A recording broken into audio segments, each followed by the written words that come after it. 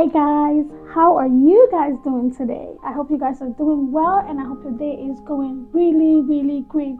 First and foremost, thank you so much for subscribing to my YouTube channel. Thank you so much for liking and thank you so much for sharing. If you are just seeing me for your first time and you're just coming across this page for your first time, please, I'd like you to like, share and subscribe and be a part of my beautiful world. So in today's video, I'm going to be talking a little bit about myself, who I am as a person, because a lot of you have subscribed to my channel, but you don't really know who I am or what I'm all about. So this video is where you get to know a little bit about me. This English is hard. Anyways, let's dive right into it. So my name is Tina Nge, and I was born in Muea, and I am the last daughter of 5 children. So I'm number 5. That's why number 5 is my lucky number. I have 2 other brothers by blood, 2 other sisters by blood. But when it comes to how I grew up in a very large extended family where everyone is your brother, your sister. I grew up with a lot of cousins, a lot of aunties, a lot of uncles, a lot of adopted siblings, and so on and so fun. Hence my bubbly, joyful personality. So yeah, I grew up in Muea. I was born there, Q2 to be precise. I'm not sure if I was born in Q2. I think I was born in a different quarter in Muea, and then we later moved to Q2. So growing up, I went to government practicing school group 1, Muea, from class 1 to class 3, and then from class 4, class 5, and class 6, I went to the almighty prestigious Miracle Bilingual Nursery and Primary School, Muea. That is where my childhood begins. I love that school so much, and I'm very grateful to all the teachers, and they didn't pay me to advertise this school, so let's go on. Anyways, just kidding. Send your kids to Miracle. It's a great school.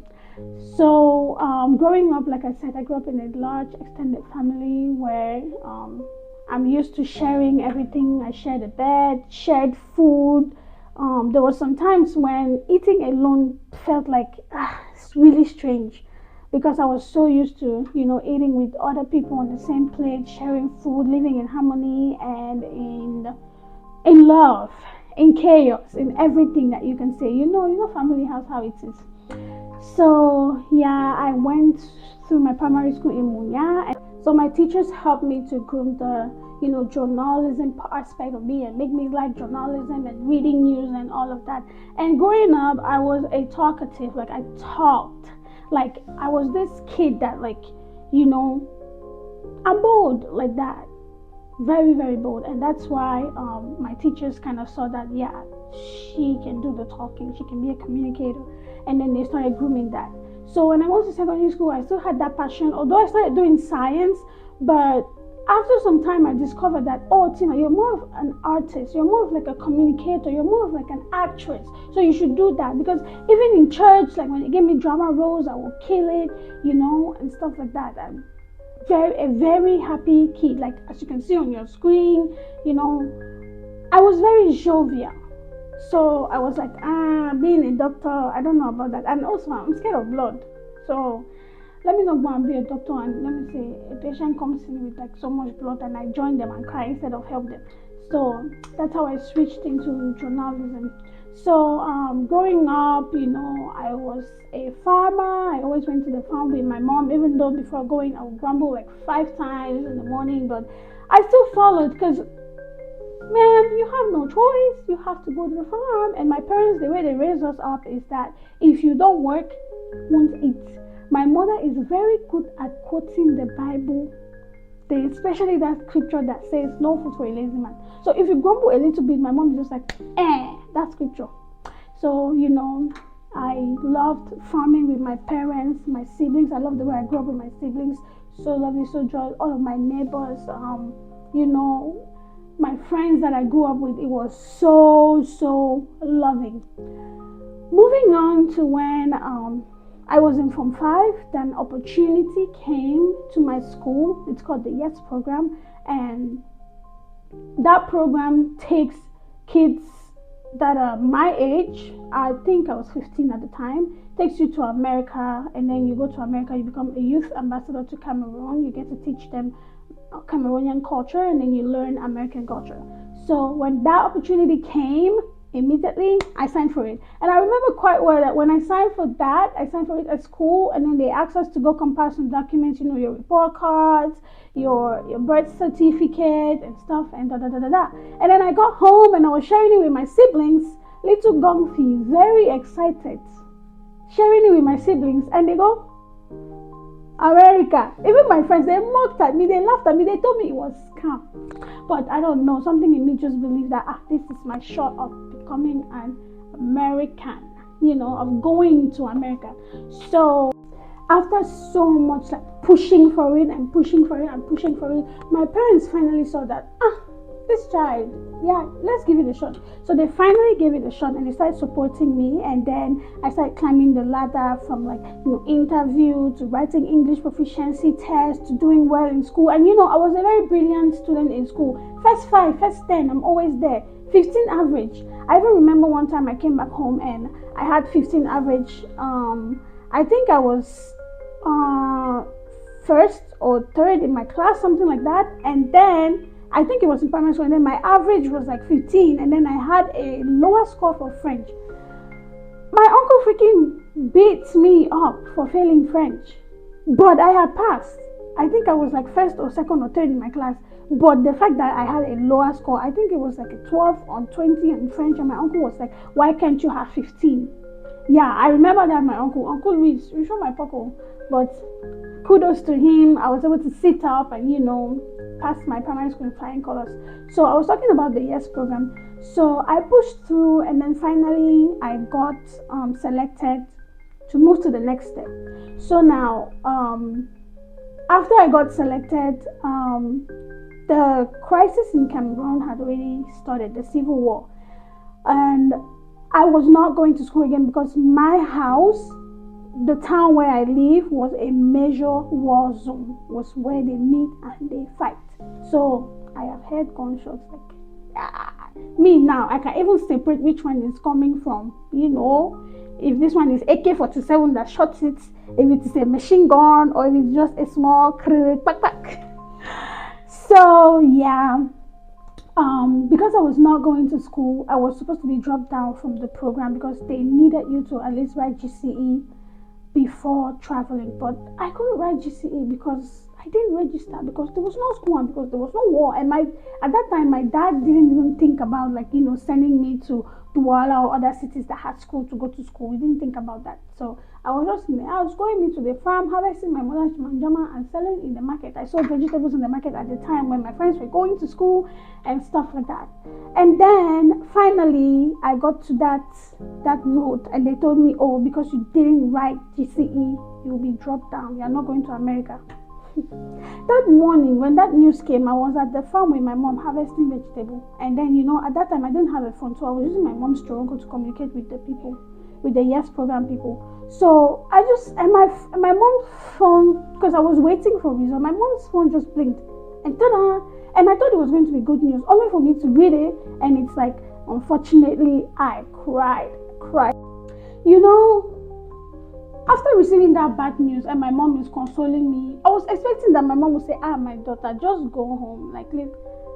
My mom consoled me, and I sat there, and after 3 minutes, trust me, she was like, come back to the farm, come and harvest. Since you're not going to America, come back to reality. I was like, this woman. You cannot say go home. But yeah, I love my mom. She's really amazing. She's so pretty. And again, if you are watching this, I love you so much, Madre. Mi amor.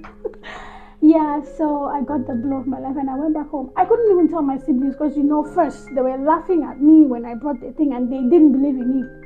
And they were calling me dry Americana, even my friends at school. So I couldn't tell anybody. But my mom told my dad, and the news in the house, everybody was already like, yeah, she's not going. Then I was like, I slept at night. I couldn't close my eyes. The dream of America, flashing through your eyes. it was this close to you and then somebody took it back.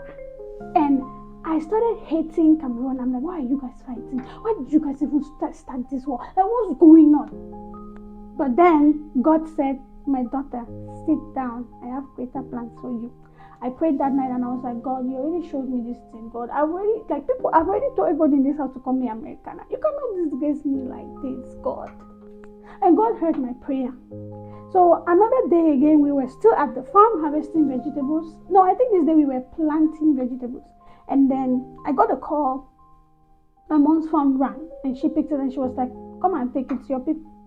And then I got that call and the person who was in charge of the program at the time called me and said, so Tina, I think you are a really great student and you are really bright, you are really bold, and I think if you go out there, you represent Cameroon in a very good way.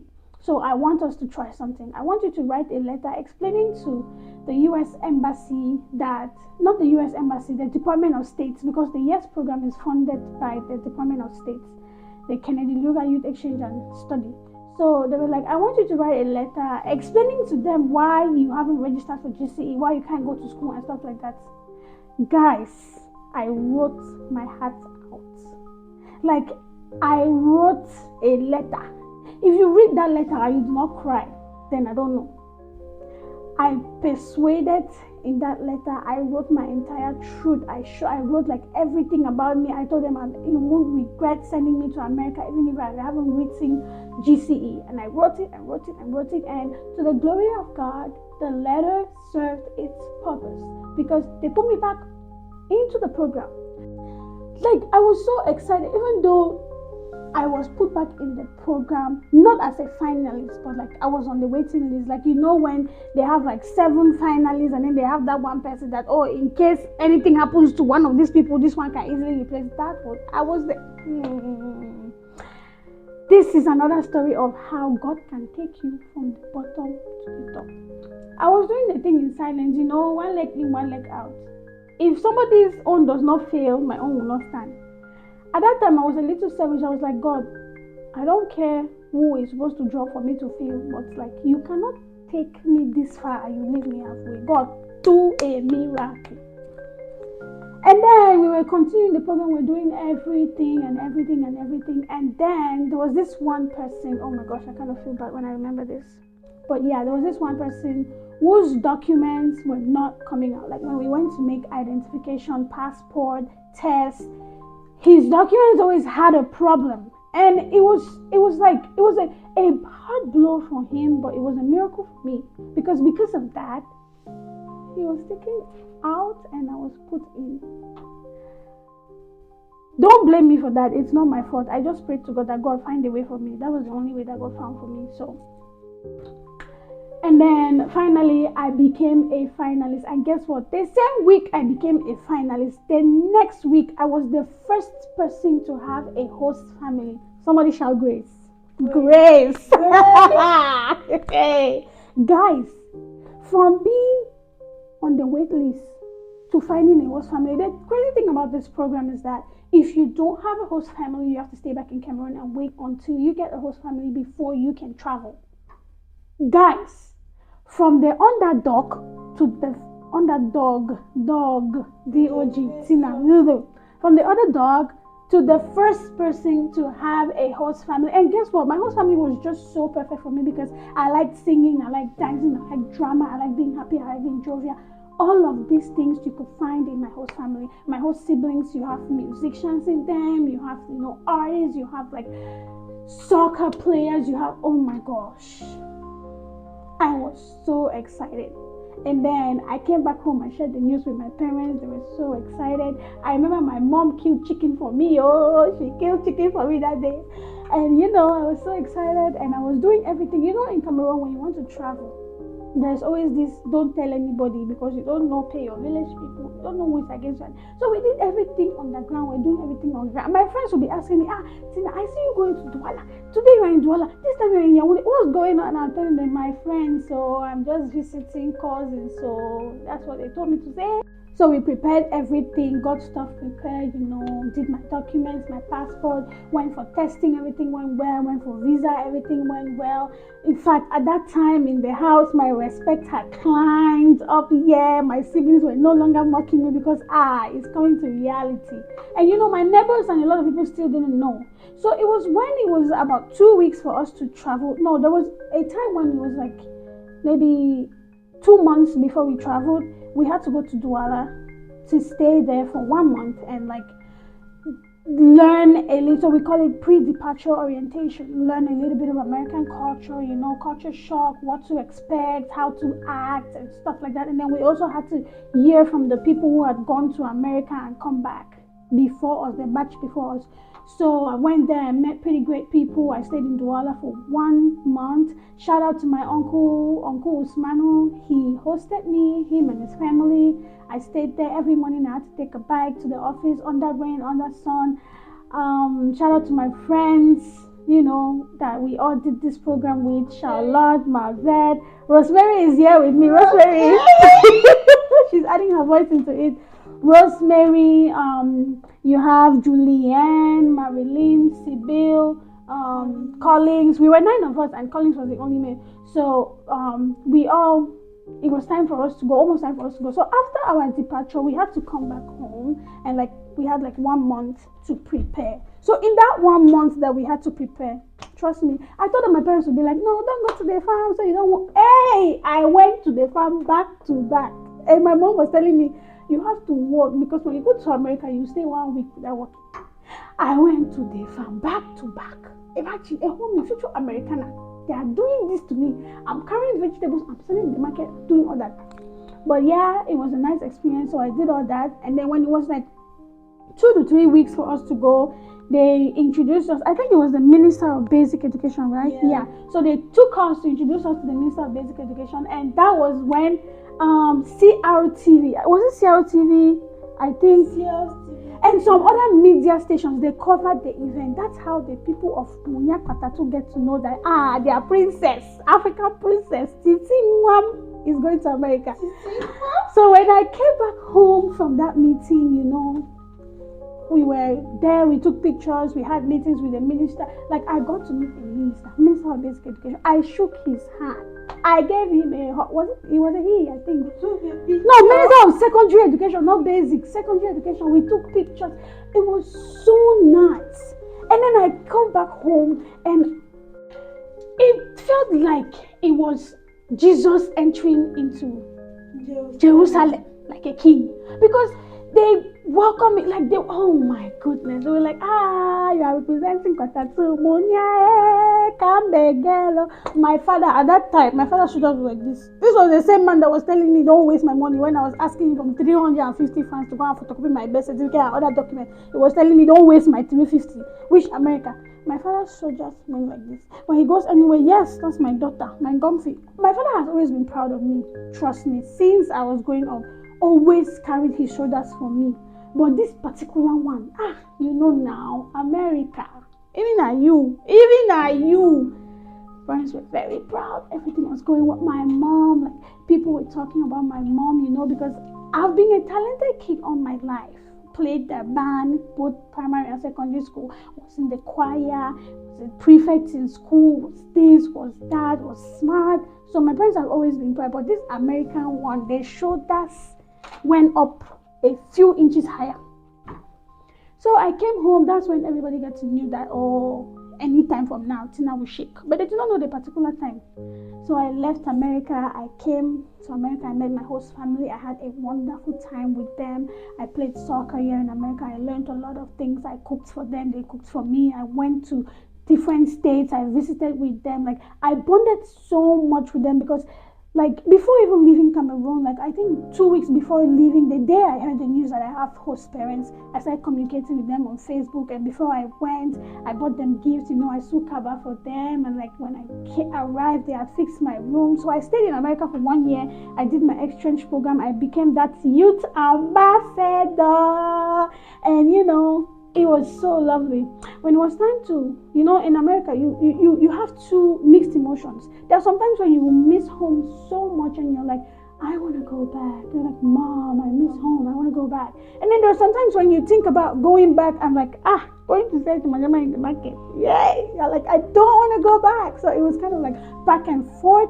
But, it's the program rules. You have to go back. So I finally went back to Cameroon. And when we arrived, guys, guess what? I had my 1 week of fame of like parading around, doing the whole, I want to be left alone. Oh, what's this? That's nasty. Then next week, and I get carrying me go farm.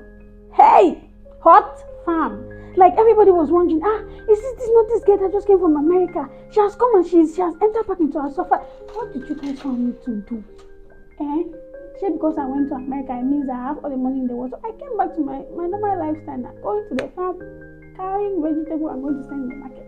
I went back to my normal lifestyle and I was not shy about it. And then I started my business. I started selling palm oil and granola oil, vegetable oil in the market. And I will carry my oil on my head. I'll walk around, buy a shiny oil for cook arrow, shiny oil from dollar. Mommy, I get oil. Mommy, good afternoon. You don't want to buy oil. Sometimes I'll speak English, sometimes I'll speak pidgin. Under rain, I'm there with my small black rain boots, mashing the mud, making my money. And some people were so pained and they were talking about it. Oh, like, why will you come to America and why will you come back? If it's me, if I come back, I'll shake my shoulders. I'll be like, Mama, life is simple. I cannot shake shoulders because it's not there. But yeah, so I came back to my normal lifestyle and I started doing it. And as I came back, my host parents were always telling me, Tina, you have to come back here. You were so incredible. We loved you. You're always our daughter. You remain our daughter. Like, guys, kudos to my host family. Like, clap for them. The Woods at Middleton. Tracy Wood, that's my mom. I love you so much, Mom. Thank you, Dad. Rookwood, my siblings, Emily, Chantel, Sterling, Brighton, Eli, my Odogu, Brooke. I'm so grateful for all of them and all of like their extended families. You have Aunt Jean, Aunt Roland, my mother's siblings, Uncle Matt, Uncle Andrew, Aunt Natalie, my grandma, Grandma Jackie, also Mamu, Grandma Milana, Grandpa Bob, may your soul rest in peace. Grandpa Bud, your soul rest in peace. But this was so loving at heart people. Like, they loved me so much. They took me as their own. So my host parents always wanted me to come back, and I didn't know how to come back, and it was so hard. And my host parents are not familiar with these things, but we tried until one day I was speaking to this friend, Abby Kofet. She was my friend in high school here in America, and then she was like, oh, I'm gonna talk to my dad. And she spoke to her dad, and her dad was like, we'll sponsor you. I'm like, you do this one. When God is on your matter. My sponsor sponsored me, and that's how I found myself back in the United States of America. And you know what? I've been so grateful. I've been blessed. And Abby Kofet was my friend, and the way we became friends was so simple. She was auditioning for the same show I was auditioning for in high school. I think it's 7 Brides for 7 Brothers. And we were kind of auditioning for the same role, but she didn't know. And she was a little bit nervous, like going in there, and she was like, oh, I need my mom. I'm like, no, you don't need your mom. You can do it on your own. And I brought these 2 pom-poms, these cheerleading pom-poms. And I stood at the door, and as she was singing and presenting and auditioning, I was out there singing, go Abby, go Abby, go Abby, and cheering her up. And that's just how we became friends. And then after some time, she started running for Stuco president, and I helped her in her campaign. I spoke to some people, I voted for her, and that's how we became friends. And then I come back to Africa, and I'm struggling to come back to America, and then she talks to me and she's like, why are you not going to school? I'm like, oh, there's so there's a civil war, I can't go to school, blah, blah, blah. And she was like, come to America. I'm like, it's really long process and it involves a lot of money, and I don't have money, my parents can't afford it and stuff like that. And she was like, I'll talk to my dad. And she spoke to her dad, and her dad, boom, accepted and brought me back to America. So I have been loved. Like, God has shown me love in so many different ways.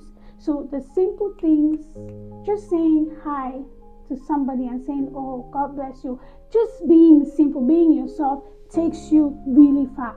It is because of help and gratitude that I find myself here. So I'm really grateful to God, and I'm grateful to the Colfets for sponsoring me and bringing me back to America. So a little bit of a backstory before I came to America.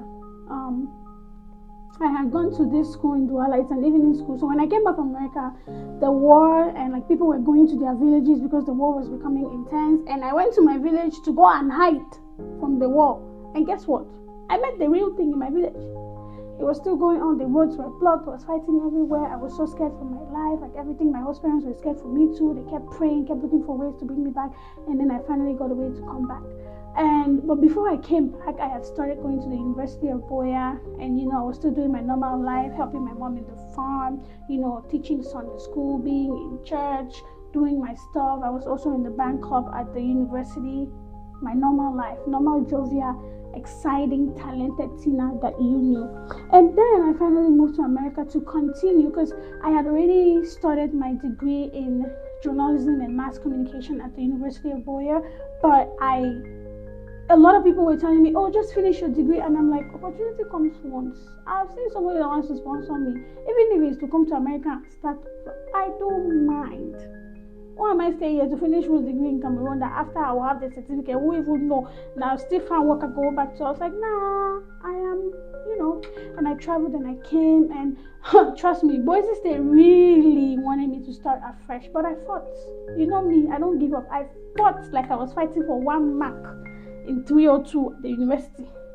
I fought. I brought out course outlines. Thank God for my friends, best girls. Daisy, Jeanette, Bright, there are a lot of them. Emma, all of my friends. I can't call their names. If I haven't mentioned your name, don't be offended. It's just, the list is long. They helped me out in getting course outlines, and then I brought it to my school and I showed them. I'm like, yeah, you see, this same thing you're asking me to learn, I have learned that. I even have an A grade in it. I already know media theories. I already know this. I know news production. I know this. I know that. I know communication 101. So please don't make me repeat it. They tried and they replaced some of them, and then some of them they told me you still have to repeat it because the way they broadcast news in Cameroon is not the same as the way they broadcast news here in America. So I had to retake some of them, but at least it reduced the, instead of doing 4 years, I did 2 more years. So my friends back home graduated a year before me, but I have no regrets. I'm still grateful. I'm fine. So I pursued my degree. America had its fair share of me. If you know how it is in America as an international student, you know what I mean. There was depression, anxiety, there was everything. I felt everything. In fact, I'm still coming out of that shell of anxiety. I'm getting better. So counselors, things that I didn't know. And you don't know how to say these things to your parents back home. You don't know how to tell them, hey, mom, I'm depressed. There was one time I even not jokingly, I just told my mom, I'm like, I'm not fine, I'm depressed, like, I'm anxious. And my mom told me I was hungry, I should just go and eat, I'll be fine. African moms, I don't blame them. They don't know about, like, too much about mental health, but, like, it drained me. It showed me, like, in my entire life, I have always had school easy. Like, I'm smart like that. And I'm not bragging about it, but don't mind me, I love fooling too much. But yeah, I have had school easy. Like there was one time in the university that I took out my book to read and prepare for an exam, and my older sister was like, what? This is a miracle. You are reading for an exam, first in history, because I don't have to read for an exam. I can just be in class, concentrate, and write the exam and pass. Even GCE. I remember I was living with my Uncle Beshe Jackson and his kids.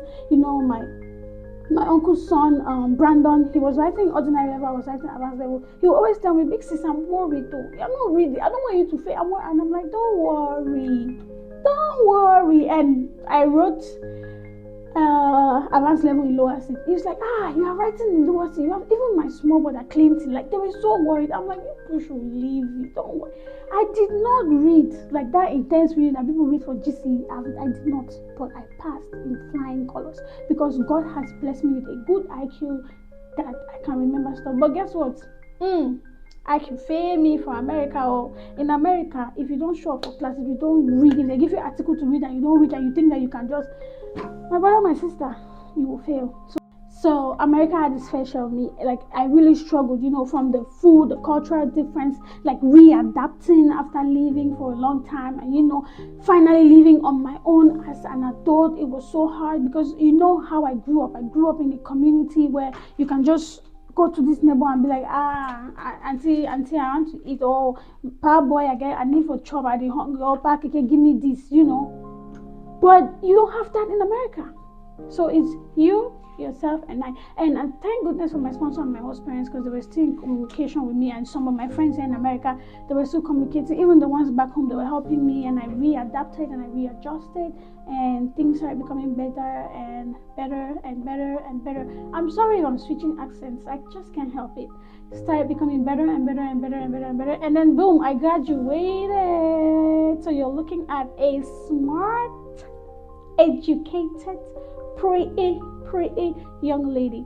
I graduated. I have my degree in integrated media and strategic communication, and I am preparing to go into graduate school. I'll be doing an MPA, public administration, because I just love to serve so much. That's another part of me that we will talk about in a different video, but I don't want to make this video lengthy. But yeah, that is Gongfi. This is who you have subscribed to her channel. Just a loving daughter that wants to do her best to make the world a better place.